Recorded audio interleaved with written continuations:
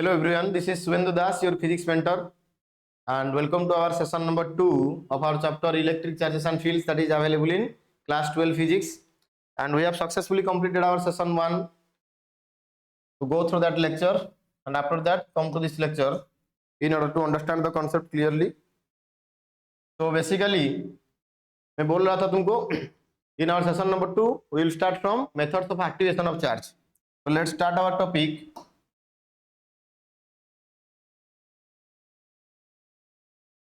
Methods of activation of charge.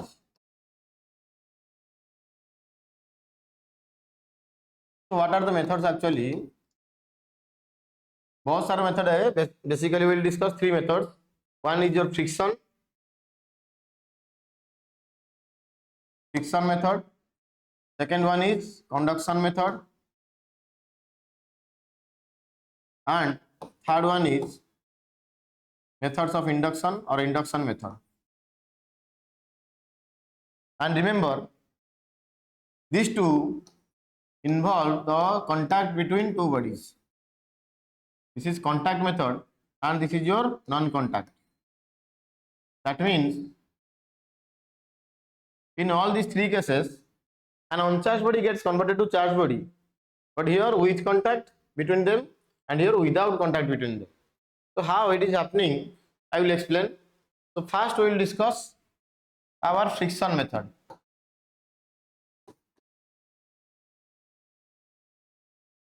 Friction method. Already we have discussed this method in our session number 1, that is our Franklin experiment. So go through that Franklin experiment in order to understand this friction method clearly. But remember one thing, it is applicable, this method or friction method is applicable to insulator. It is not for conductors. It is not for conductors.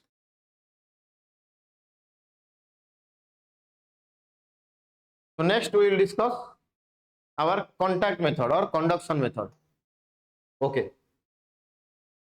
So next one is, second one is our conduction method.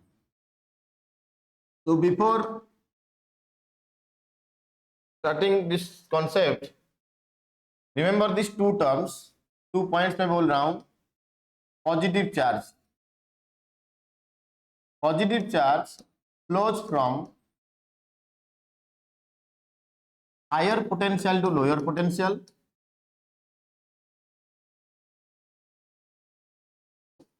and higher potential to lower potential. And your negative charge always flows from lower potential to higher potential. इसको हम लोग इस concept में apply करेंगे अभी. Negative charge flows from lower potential to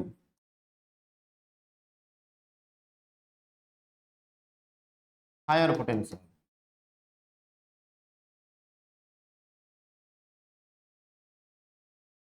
With an example, with a very easy example, I am going to explain this. So pay your attention. Suppose यहाँ पे मैं 2 बॉडी कंसीडर कर रहा हूँ ऐसे.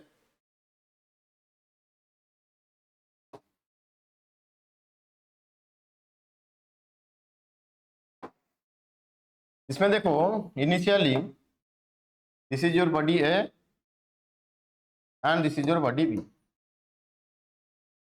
and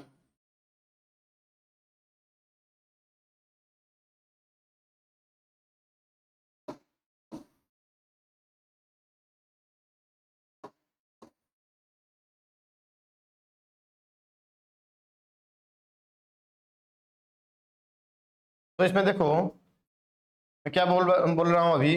तो बॉडी ए में कितना चार्ज अवेलेबल है? Suppose this is neutral. Suppose let us consider this is neutral. तो इसमें क्या है? प्लस माइनस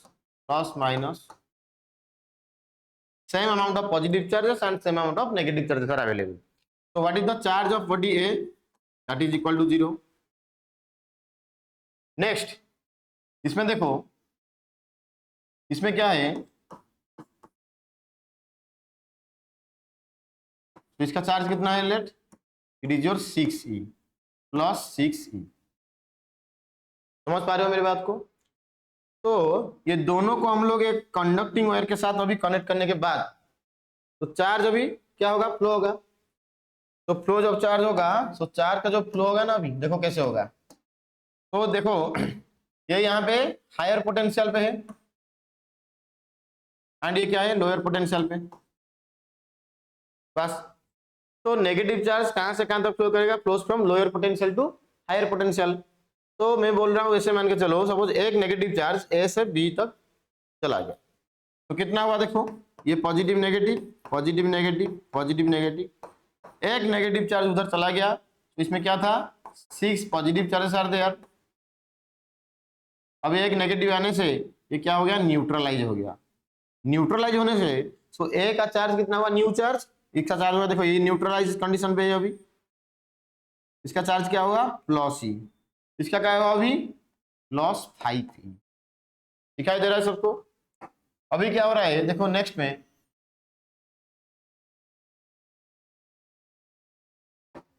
फिर से मैं बोल रहा हूं इधर, अभी नेक्स्ट और एक इलेक्ट्रॉन ट्रांसफर हो जाएगा।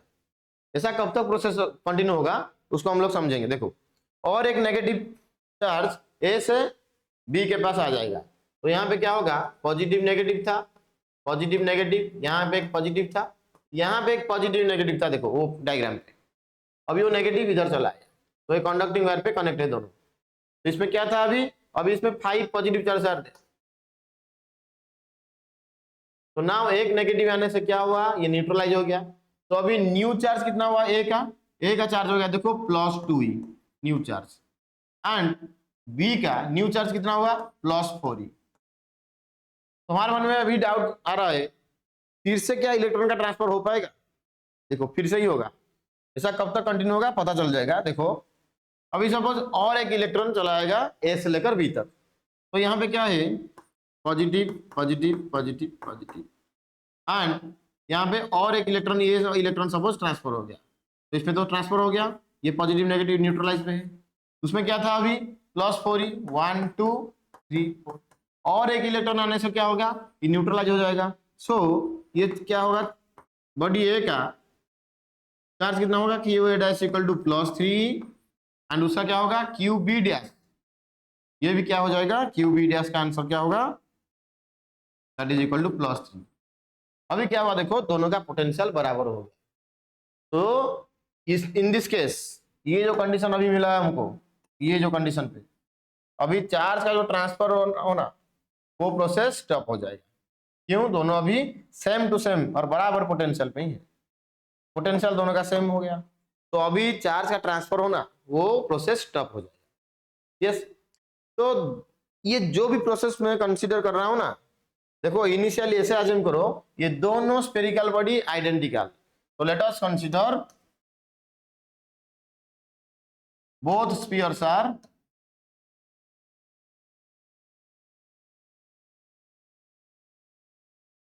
identical sphere। तो एक पॉइंट इस पे मिल रहा है हमको, कोई भी दो आइडेंटिकल बॉडी कांटेक्ट में आ जाएंगे, तो कोई भी आइडेंटिकल चार्ज बॉडी कांटेक्ट में आने से क्या होगा, इन दोनों का फाइनल चार्ज ऑन ईच कितना होगा, final charge on each, remember Q A dash is equal to Q B dash, that will be equal to Q A plus Q B divide by 2। Initially Q A कितना था देखो 0, and Q B कितना था, that is 6/2, that is +3। This is the concept. तो वही point को हम लोग को नोट पॉइंट में लिखना चाहिए, when two identical bodies are in contact with each other, then final charge on each sphere or final charge on each body that is equal to, तो नोट पॉइंट पे इसको मेंशन करना चाहिए हमको, when two identical charged sphere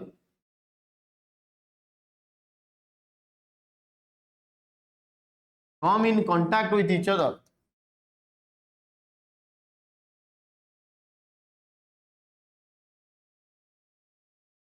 then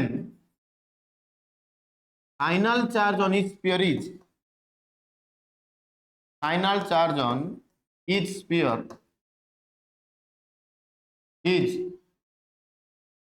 identical charge sphere, उसको मान लो let A and B, ऐसे डिनोट करने से फॉर्मूला को हम लोग लिख पाएंगे। तो final charge on sphere Q A dash is equal to Q B dash is equal to initial charge of sphere A plus initial charge of sphere B divided by 2। ये हमारा फॉर्मूला, वर्किंग फॉर्मूला।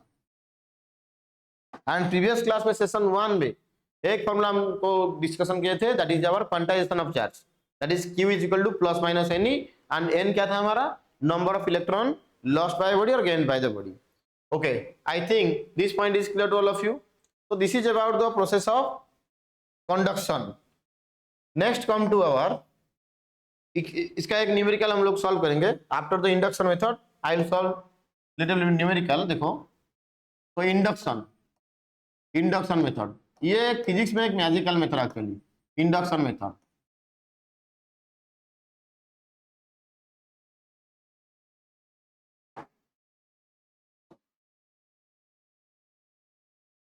तो induction method पे क्या होगा, देखो let us consider neutral charge, neutral body. इसमें क्या है, अभी दिखाई दे रहा है तुमको same amount of positive charges and same amount of negative charges are there. तो ये हमारा Q कितना चाहिए उसका, Q इज इक्वल टू 0। अभी इस बॉडी का चार्ज क्या है, 0, that is neutral body, uncharge body. This one is uncharge body.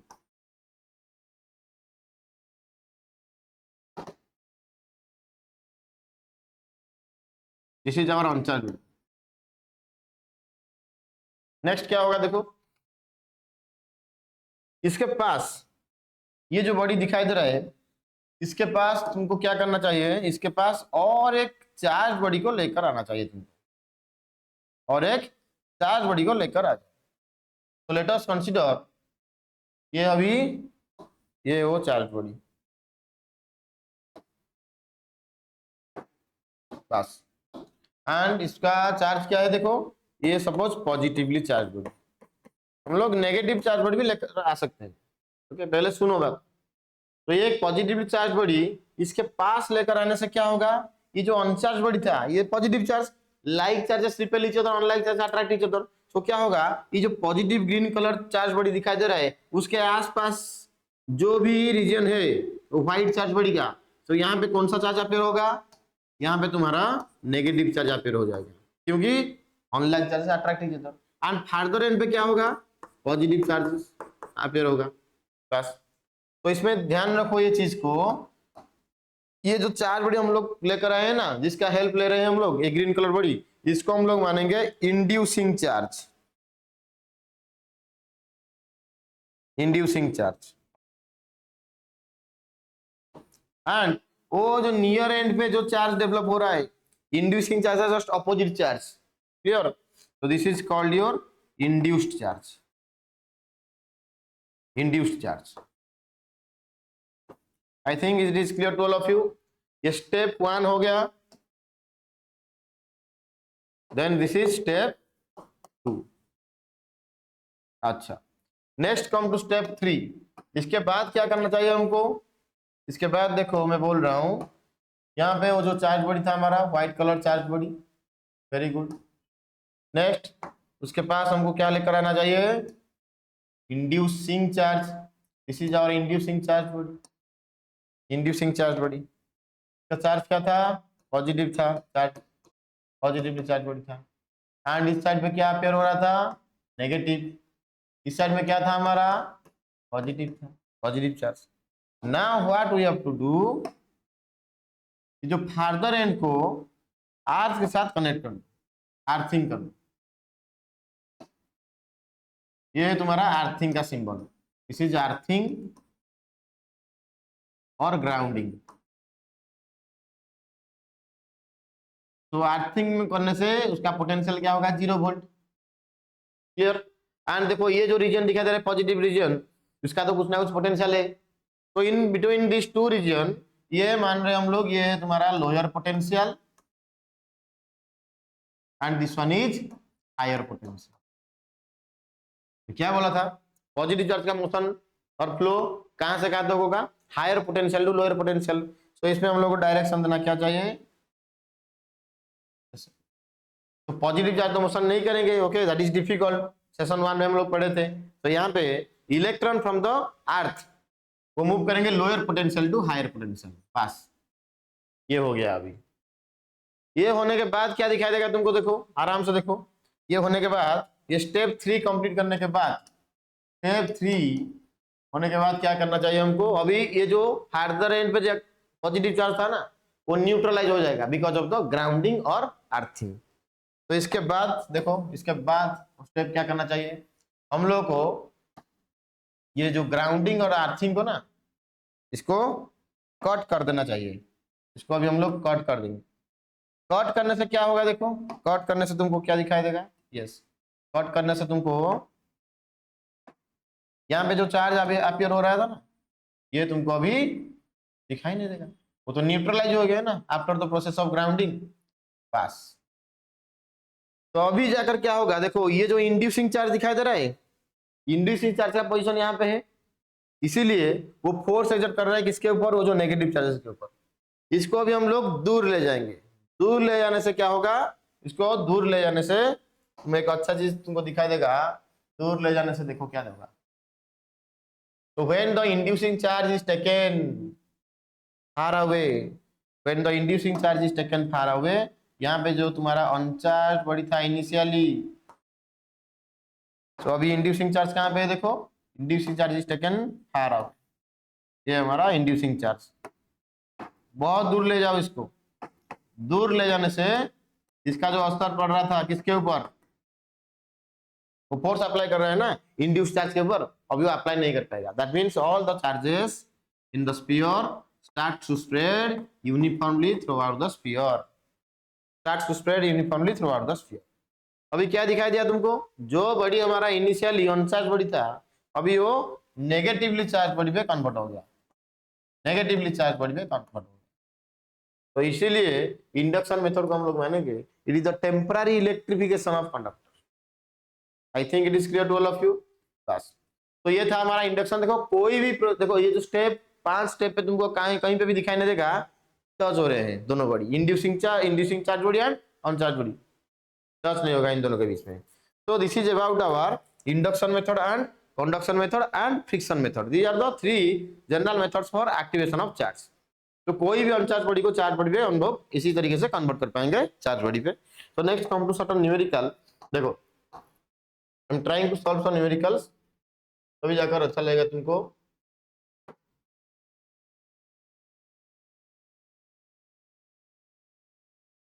So let's solve this question।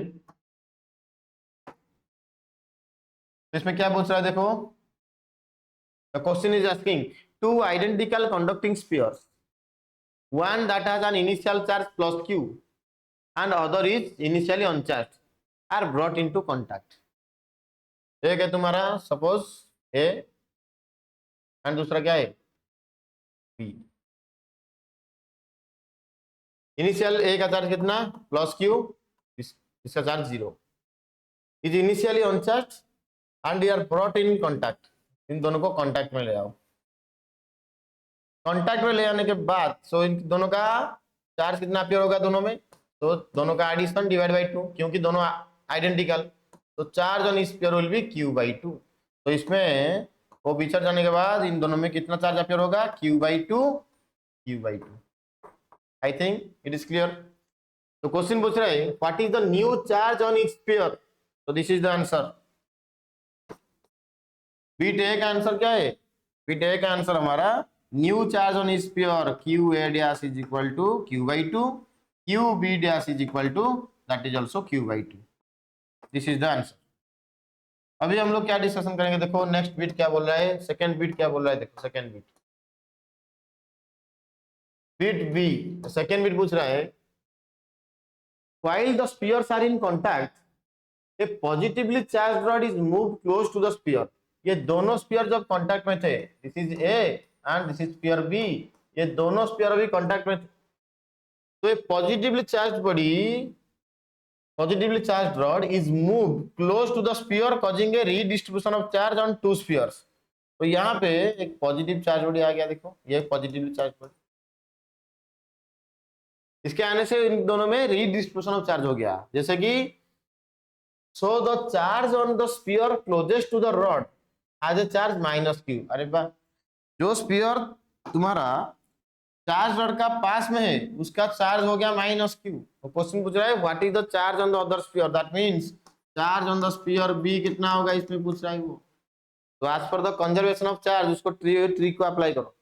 Total charge remains constant. देखो इनिशियली इन दोनों का टोटल चार्ज कितना है, देखो मैं लिख रहा हूं total charge of system, total charge of system that is equal to capital Q plus 0 that is capital Q।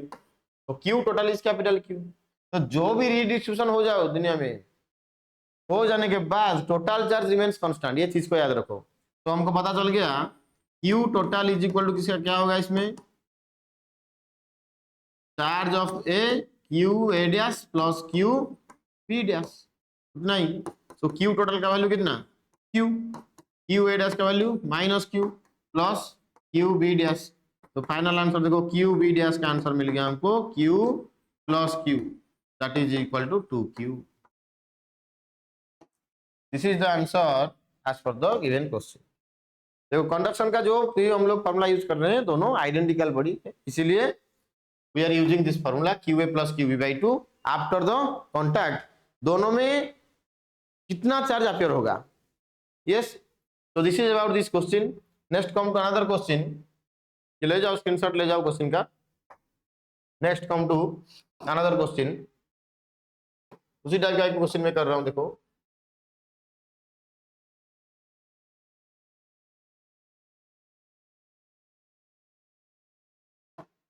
क्या पूछ रहा है, देखो two identical conducting spheres are charged by induction and then separated by a large distance. Yes,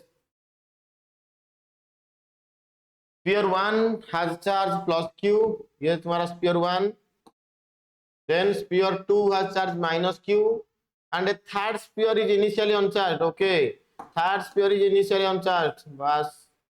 so this is your sphere 1 2 ये 3। तो इसका charge कितना plus Q as per the question, का चार्ज माइनस Q, थर्ड का charge 0 uncharged ना। If sphere 3 is initially touch to sphere 1, okay अभी step 2 में क्या पूछ रहा है, स्फीयर 1 के साथ स्फीयर 3 का टच होगा, चार्ज का रिडिस्ट्रीब्यूशन हो जाएगा। अभी कितना होगा, तो Q1 dash equal to Q3 dash, इनका आंसर क्या होगा Q1 प्लस Q3 बाई 2। तो Q1 का आंसर क्या है, देखो Q1 is capital Q, Q3 is 0 by 2 that is Q by 2। बस इन दोनों को सेपरेट करने के बाद इनको A 1 and this is third sphere, तो दिस इज Q बाई 2, ये भी दिखाई देगा तुमको Q बाई 2। इसके बाद कहां तक हम लोग कंप्लीट कर चुके हैं question. Question reading is fully important. Then if sphere 3 is initially touch to sphere 1 हो गया एंड देन सेपरेटेड, अभी सेपरेट देखो हो गया, and then touch to sphere 2, अभी 3 सेपरेशन होने के बाद स्फीयर 3 स्फीयर 2 के साथ कनेक्ट होकर फिर से सेपरेट हो जाएगा। फिर से पढ़ो, sphere 3 initially touch to sphere 1 हो गया, देन सेपरेटेड हो गया देखो, then touch to sphere 2 that means sphere 3 now is in contact with sphere 2, ये है तुम्हारा नेक्स्ट प्रोसेस। तो sphere 3 now is in contact with sphere 2।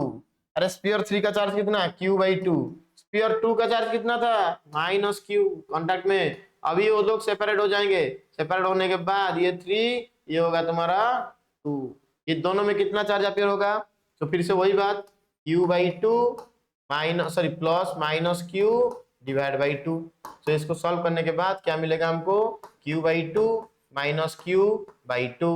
तो ये हो जाएगा तुम्हारा minus Q by 2 by 2 that is minus Q by 4। ये दोनों में कितना चार्ज दिखाएगा, minus Q by 4 minus Q by 4। कहां तक कंप्लीट हो गया, ये यहां तक। So what is the final charge of the 3 spheres, 3 spheres का फाइनल चार्ज कितना होगा, मैं कर रहा हूं देखो, ये तुम्हारा 2 का फाइनल चार्ज, स्पीयर 3 का फाइनल चार्ज एंड स्पीयर 1 का ये वाला चीज फाइनल चार्ज। तो आंसर, फाइनल आंसर इसमें लिख रहा हूं मैं। तो this is sphere 1, this is sphere 2 and this is sphere 3। Final answer में लिख रहा हूं स्पीयर 1 का कितना, q/2। स्पीयर 2 के पास अभी -q/4, ये तुम्हारा -q/4। Very good. तो देखो ये आंसर करेक्ट और रॉन्ग कैसे चेक करेंगे, कंजर्वेशन ऑफ चार्ज अप्लाई करो। तो total charge of the system before the process कितना था, देखो capital Q plus small q कितना होगा, 0। तो यहाँ पे चेक करो -q/4, दिस इज -q/2, ये होगा तुम्हारा +q/2। तो सॉल्यूशन में जाओ, एडिशन करने के बाद 0 मिल जाएगा। दैट मींस ये हमारा परफेक्ट आंसर। ओके, तो नेक्स्ट देखो और एक क्वेश्चन। अच्छा, हम लोग कंजर्वेशन पढ़ने के बाद मुझे पता नहीं चल रहा एक्चुअली में डिस्कशन क्या है नहीं, एक क्वेश्चन जनरल क्वेश्चन अवेलेबल है। देखो how many number of electrons, how many number of electrons, how many number of electrons constitute 1 coulomb of charge. ये तुम्हारा क्वेश्चन। सो इसका आंसर कैसे करेंगे, देखो Q का वैल्यू दे रहा है 1 कूलम, नंबर ऑफ इलेक्ट्रॉन्स पूछ रहा है। We know Q is equal to Ne, which implies N is equal to Q/E। So Q का आंसर 1 कूलम, E का वैल्यू कितना रे, E का वैल्यू 1.6 इंटू 10⁻⁻19 कूलम। एंड ये चीज को याद रखो, बहुत इंपोर्टेंट, 1/1.6 इसका आंसर 0.625 एंड ये वाला चीज 10⁻19 हो जाएगा। इसको लिखेंगे हम लोग 6.25 into 10⁻18 number of electrons constitute 1 coulomb of charge. Clear. तो इसमें -1 कूलम लिखा हुआ तो तुम लोग ई का वैल्यू माइनस लिखो, क्योंकि नंबर पॉजिटिव पे आना चाहिए। So I think this part is clear to all of you. Now let's solve another question, after that we will discuss quark. Quark concept थोड़ा सा हिंट्स दे दूंगा मैं क्वार्क कॉन्सेप्ट के बारे में, बहुत सारे क्वेश्चन में है, मैं तुमको भेज दूंगा, डोंट वरी। तो what is the total charge on 25 kg of electron. 25 kg of electron में कितना चार्ज अवेलेबल है। तो मास ऑफ इलेक्ट्रॉन में तो बोल रहा था तुमको प्रीवियस सेशन पे, सेशन 1 पे। तो वी नो, यहां पे लिख रहा हूं मैं mass, number of electrons content, number of electrons content. मैं मास लिख रहा हूं 9.1 इंटू 10⁻31 kg। तो कितना इलेक्ट्रॉन, 1 इलेक्ट्रॉन। तो 1 kg में कितना इलेक्ट्रॉन होगा, unitary method 1/9.1 into 10⁻31 number of electrons. तो 25 kg में कितना होगा, तो 1 divide by 9.1 into 10⁻31 into 25, this much number of electrons. तो this is the number of electrons. ये कितना होगा, सिंपली क्या लिख सकते हैं 25/9 ऐसे लिखो इंटू 10⁻31। तो this is our N, number of electrons available in 25 kg of electrons. तो नंबर ऑफ इलेक्ट्रॉन पता चलने के बाद we can write what is the total charge n into E। so number of electron मिल गया हमको 25/9 into 10⁻31 and E का answer क्या है 1.6 10⁻⁻19।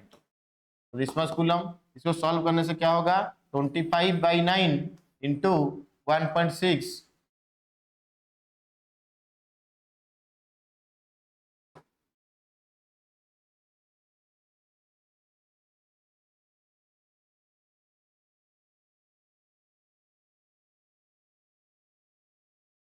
तो ये एक्चुअली नियरली आ रहा है 4.4। तो नियरली 4.4 इंटू 10⁻31 से 19 माइनस करो, कितना आ रहा है 11 से 9 से 2, बस 4.4 इंटू 10⁻12 कूलम। तो इसी तरीके से हम लोग को ये न्यूमेरिकल सॉल्व करना चाहिए। तो this is about our methods of activation of charge. I think this part is clear to all of you.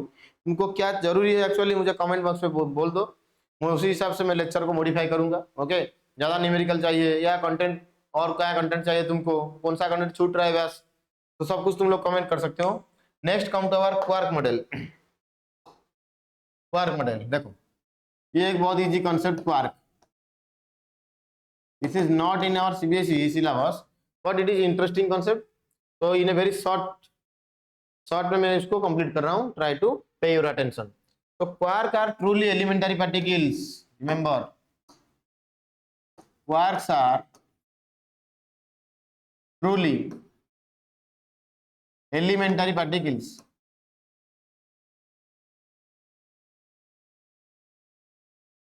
that carries charge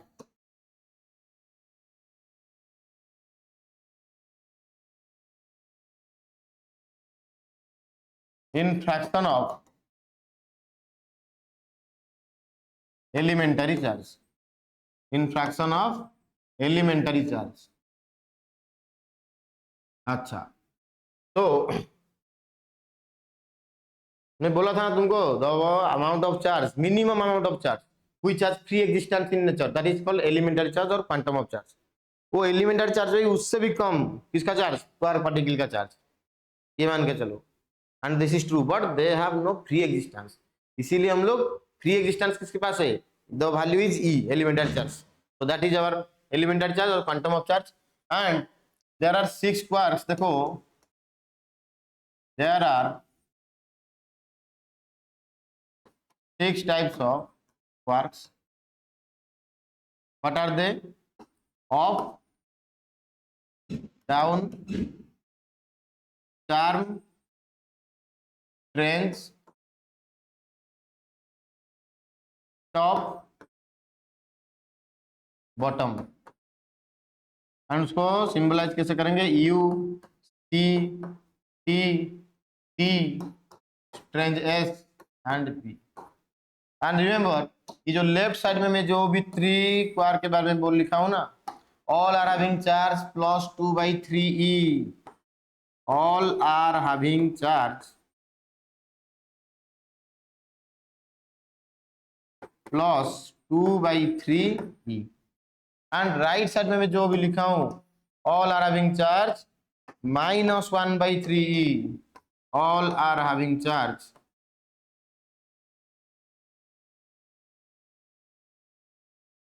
-1/3e. And सबसे इंटरेस्टिंग चीज क्या है, इनका भी एंटी क्वार्क भी अवेलेबल है. ये क्वार्क पार्टिकल का एंटी क्वार्क भी अवेलेबल है. एंटी क्वार्क को हम लोग कैसे रिप्रेजेंट करेंगे, bar over the quark particle. Okay, bar over the symbol of quark particle. And they are having charge opposite to that of the corresponding quark particles. Next मैं लिख रहा हूं anti quarks.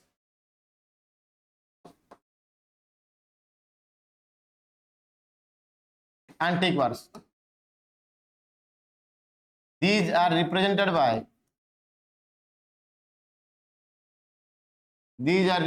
by bar over the symbols of quark,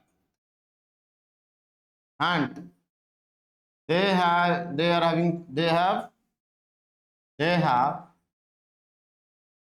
opposite charges corresponding to that of the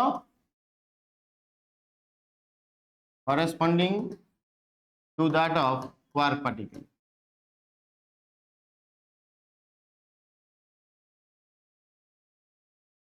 का मतलब क्या है, for example मैं बोलूंगा तुमको एंटी क्वार्क, एंटी ऑफ. देखो, एंटी ऑफ ले जाओ, ऑफ का सिंबल क्या था, यू, एंड उसका चार्ज क्या था, प्लस 2/3e, ये था. तो anti of means U bar, एंड उसका चार्ज क्या होगा, opposite to the charge of that is -2/3. तो कितना आसान. For example if I will say, for example मैं तुमको बोल रहा हूं एग्जाम्पल पे,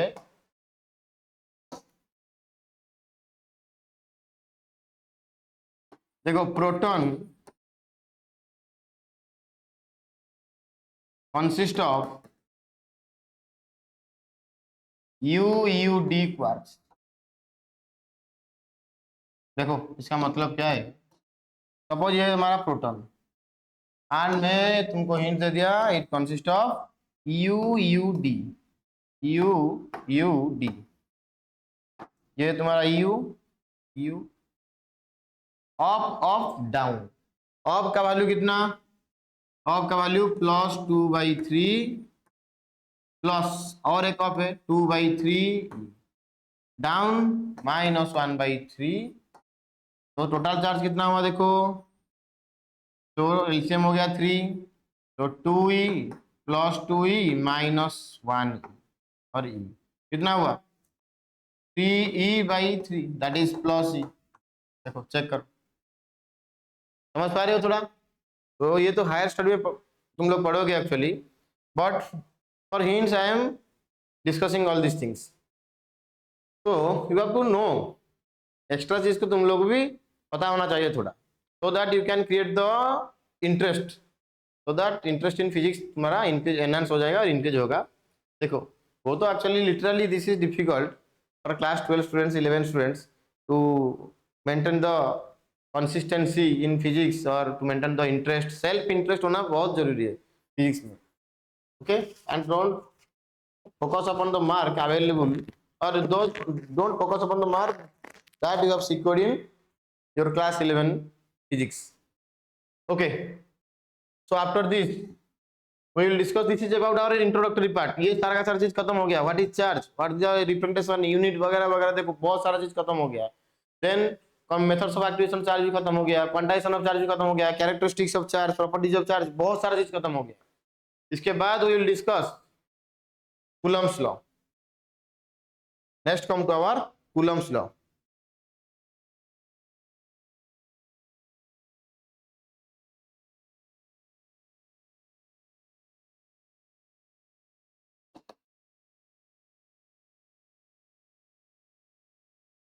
साइंटिस्ट का नाम क्या था, Charles Augustin de coulomb. Charles Augustin de coulomb stated that the electrostatic force between two charges, electrostatic force between two charges can be determined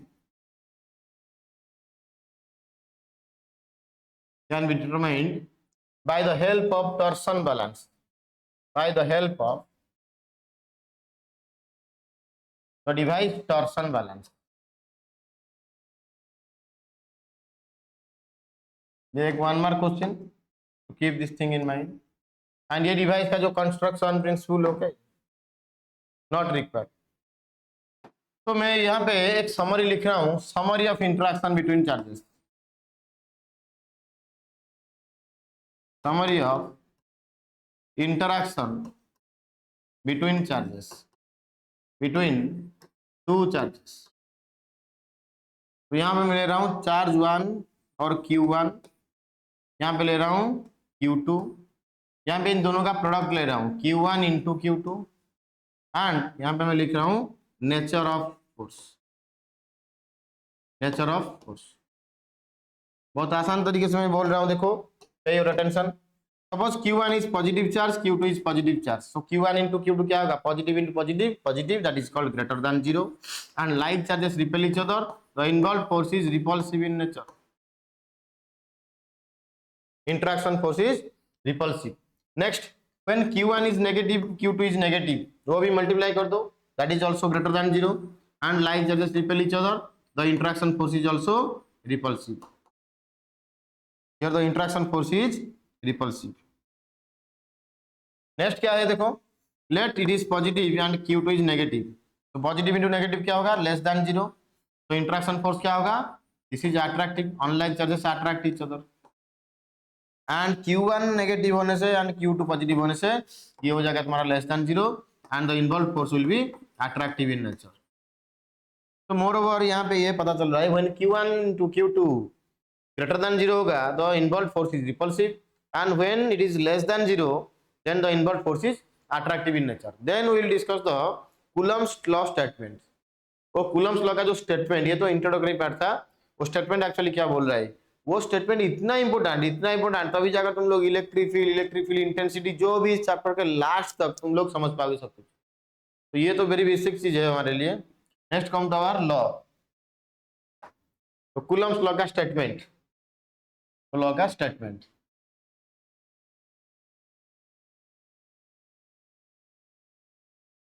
देखो, यहाँ पे मैं दो चार्ज कंसीडर कर रहा हूं। देखो ये दो point charge, very small magnitude, okay. तो point charges are there and ये दोनों का सेंटर टू सेंटर सेपरेशन क्या है?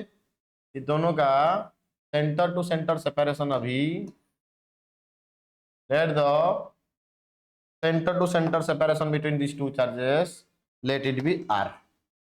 ये है तुम्हारा charge Q1, this is charge Q2 and Q1 Q2 को suppose they are like charges, let us consider. तो Q1 Q2 को जितना अमाउंट पे वो रिपेल करेगा ना, उतना ही सेम अमाउंट पे Q2 also exerts repulsive force of same amount upon Q1। ये चीज को ध्यान में रखो। तो दोनों फोर्स का वैल्यू क्या होगा? मैग्नीट्यूड दोनों का बराबर, दोनों का मैग्नीट्यूड बराबर। तो वही मैग्नीट्यूड ऑफ फोर्स के बारे में वो बोल रहे थे। वो स्टेटमेंट क्या बोल रहा है एक्चुअली? वो स्टेटमेंट ये बोल रहा है, एंड और एक चीज, ये जो फोर्स एक्ट हो रहा है ना, it acts along the line joining the centres of two charges. It acts along the line joining the centres of the two charges. ये है उसका मतलब, it acts along the line joining the centres of the two charges. So because of this reason, Coulomb's force, okay, this is also called a central force। Characteristics में हम लोग बात करेंगे इसके बारे में, तो stay tuned। तो स्टेटमेंट क्या है actually? It states that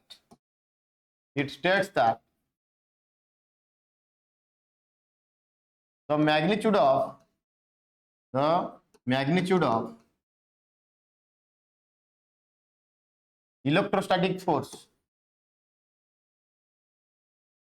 electrostatic force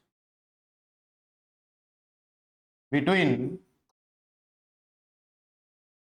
two, और magnitude of electrostatic force of, वो अट्रैक्टिव भी हो पाएगा, रिपल्सिव भी हो पाएगा। तो magnitude of electrostatic force of attraction और repulsion between two stationary point charges,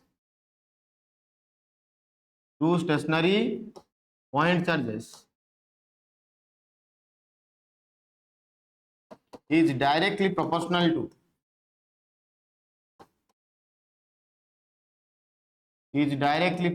to the product of magnitude of two charges,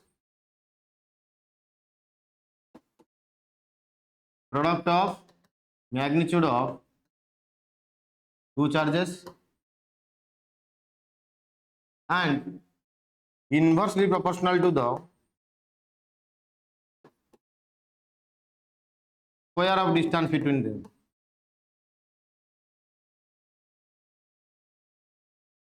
Square of distance between them।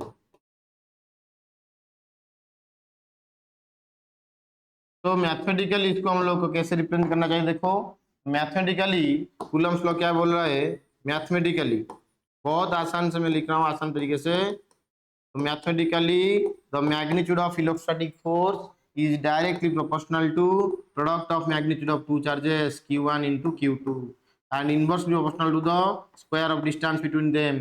So combined we can write it as F is proportional to Q1 mod Q2 mod divided by R square। ये proportionality symbol को हटाकर हम लोग equal to sign use करेंगे, तो एक proportionality constant use करना है, हमको मल्टीप्लाई करना पड़ेगा।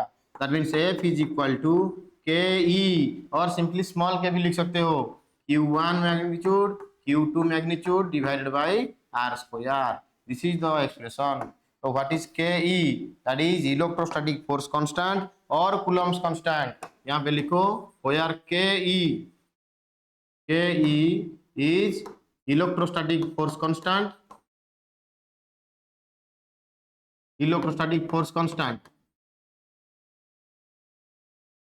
or it is called Coulomb's constant।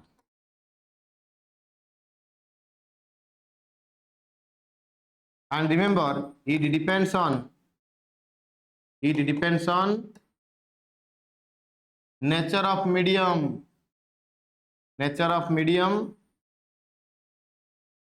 Between two charges, and और किसके ऊपर डिपेंड कर रहा है, depends on system of unit chosen, system of unit chosen. तो मैं क्या लिखा हूं, inverse proportional to the square of distance between them when placed in free space. ये ऐड करो, when placed in free space. बस अब ये दोनों के बीच में, ये मान लो दोनों के बीच में मीडियम क्या है, एयर और वैक्यूम। बस तो कंप्लीटली इसके बारे में हम लोग डिस्कशन करेंगे। तो ये पता चल गया तुमको, एफ का आंसर क्या हुआ, के ई Q1 Q2 by are square. तो देखो बहुत डिटेल में हम लोग के बारे में डिस्कशन करना चाहिए और कूलम्स कांस्टेंट के बारे में डिस्कशन होगा बहुत डिटेल। कितना हुआ टाइम, वेट, ओके। देखो सो आज हम लोग बस के बारे में डिस्कशन होगा। के बारे में डिस्कशन करने के टाइम पे और एक डाउट तुम्हारा क्रिएट होगा, okay, that will be discussed in our session number 3, so stay tuned up to that lecture. So here our f is equal to how much, k into q1 into q2 divided by r square। तो cross multiply करने के बाद तुमको k का answer क्या मिलेगा, f r square divided by q1 q2। ये है k का फॉर्मूला। तो यहीं से ये k का यूनिट, डायमेंशन सब कुछ हम लोग लिखना चाहिए। सो यूनिट कितना होगा k का, ऐसा यूनिट क्या होगा, देखो यूनिट ऐसा ही न्यूटन, डिस्टेंस का metre square, and Q1 into Q2 coulomb square, newton metre square per coulomb square. Very good. और क्या है, देखो k का वैल्यू,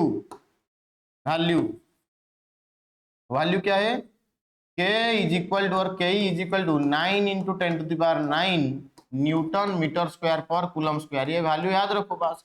देन उसका डायमेंशन क्या होगा, k का डायमेंशन, कूलम्स का dimension, dimension of f into dimension of r का स्क्वायर, देन चार्ज का डायमेंशन, देन दूसरा चार्ज का डायमेंशन। तो कैलकुलेट करना चाहिए। f का dimension 1 1 minus 2 1 1 minus 2, r square means it will be L2, Q1 into Q2 that is A1 T1 charge का, so A2 T2। तो finally we can write M1 L power कितना होगा 3, then T power -2 -2 -4, A का power -2, so 1 3 -4 -2। These are the dimensions of Coulomb's constant and ये उसका value in SI।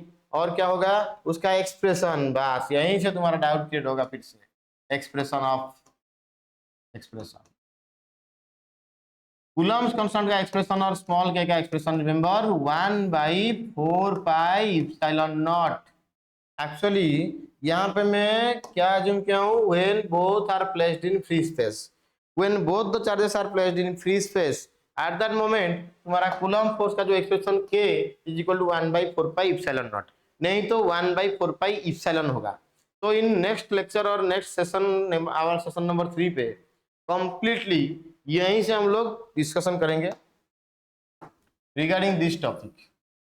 Yes, आज के लिए उतना ही। देखो next session number 3 that is बहुत important, fully important.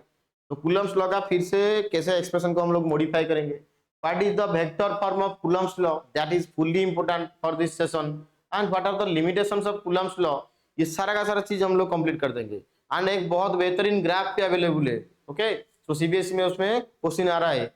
Yes, so stay tuned for next update for our next session. So this is all about for today's class. So kindly like, share and subscribe this channel. This will be helpful for you, and whatever modification is required, then you may give your suggestion in your comment. Okay, I hope all these things is clear to all of you. So thank you, have a nice day.